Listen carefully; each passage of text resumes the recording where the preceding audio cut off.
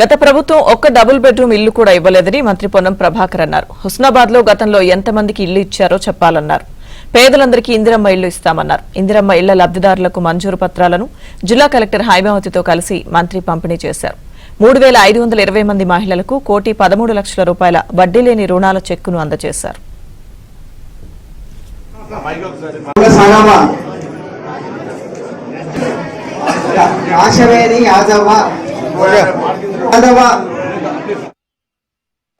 ఇందిరమ్మ రాకపోతే బాధపడకండి.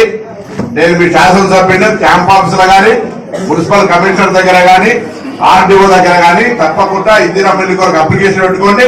వారు వెంటనే పరిశీలన చేసి ఇందిరమ్మ ఇచ్చే బాధ్యత మాది అనే మాట ఈ సందర్భంగా వేదిక మీద మైకిలో చెప్తా ఉన్నా.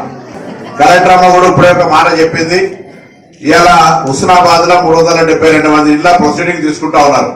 తప్పకుండా మీ అందరూ వెంటనే ఇందిరమ్మ ఇంత కార్యక్రమం ప్రారంభించుకోవాలని సందర్భంగా కోరుతా ఉన్నా.